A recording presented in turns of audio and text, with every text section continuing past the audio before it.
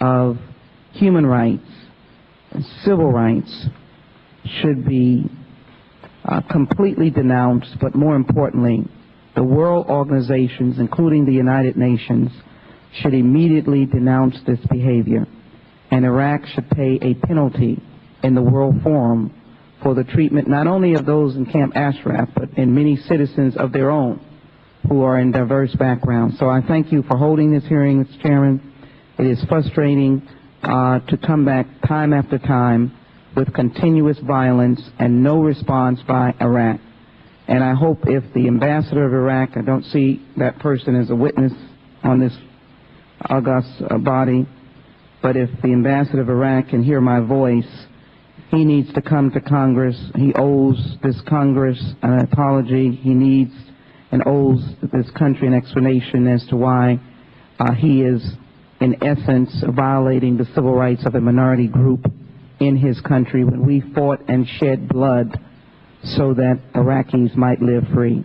He owes both an apology to the people in Camp Ashraf, to the people of Iraq who will suffer as well because they are diverse, and he owes an apology and explanation to the world family, and particularly the United States of America, for the treasure that we lost attempting to provide democracy there.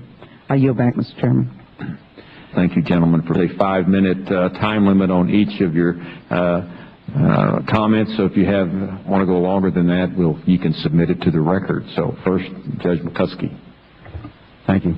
I want to thank the chairman, the ranking member Cornahan, Judge Poe, Representative Filner, and Representative Jackson Lee for allowing me to testify at this important hearing on the events in Camp Ashraf in April of this year that involved the murder of some 36 innocents by Iraqi forces who were using weapons and vehicles that were actually supplied to them by the United States. I've submitted 7 pages of written testimony making several recommendations of what I would hope this committee would do and could do to try to determine how this massacre came to be and what can be done to prevent conditions at Ashraf from deteriorating it even further. And I thank the subcommittee for making those a part of the record. But I know that the chair of this committee and others have had direct experience with the Iraqi government insofar as Ashraf is concerned and know a great deal more about that subject than I do. And so I want to focus my oral testimony today on what the United States has done in the past, some of which has helped, but some of which has hurt, and what it can do in the future to prevent people from being murdered. Because make no mistake about it, what we're talking about here literally is a matter of life and death. Back in 2003, when the multinational force went into Iraq, the residents of Ashraf surrendered the weapons they could have used to defend themselves and put themselves in the hands of the multinational force, and principally the hands of American forces. They received a written guarantee from an American general that I attached to my written testimony that they would be treated as protected persons under the Fourth Geneva Convention. In 2009, General Petraeus signed off on the Iraqi government's assumption of control over the entirety of the country, including the vicinity of Ashraf, only after he got written and oral assurances that the people living in Ashraf would be protected by Iraqi forces. And as we know, those assurances have been violated repeatedly with the results that we've seen here today. I should mention that at both times, both in July of 2009 and April of 2011, when these attacks took place, our Secretary of Defense was in country. It would be hard to imagine a more calculated slap at this country than that.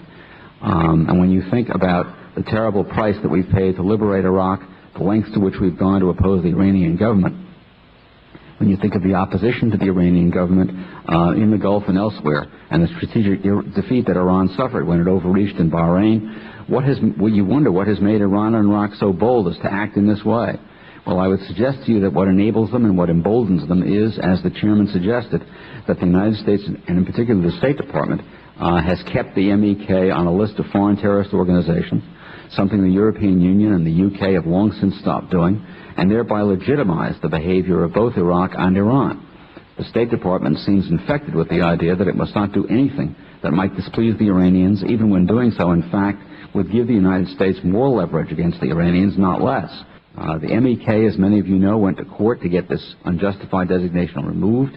The D.C. Circuit Court of Appeals told the State Department that they had not presented evidence that MEK has committed violence in the last 10 years or has the ability or the inclination to do so now. And it directed the State Department in September 2010 to review and to reconsider that designation. Well, that was almost a year ago, and all the State Department has done in that time is to come forward with documents that do not deal with any issue relevant to the designation, and to ask MEK questions which it has answered that are not relevant to the designation. It is long since time for the State Department to stop this policy of delay, which simply emboldens murderers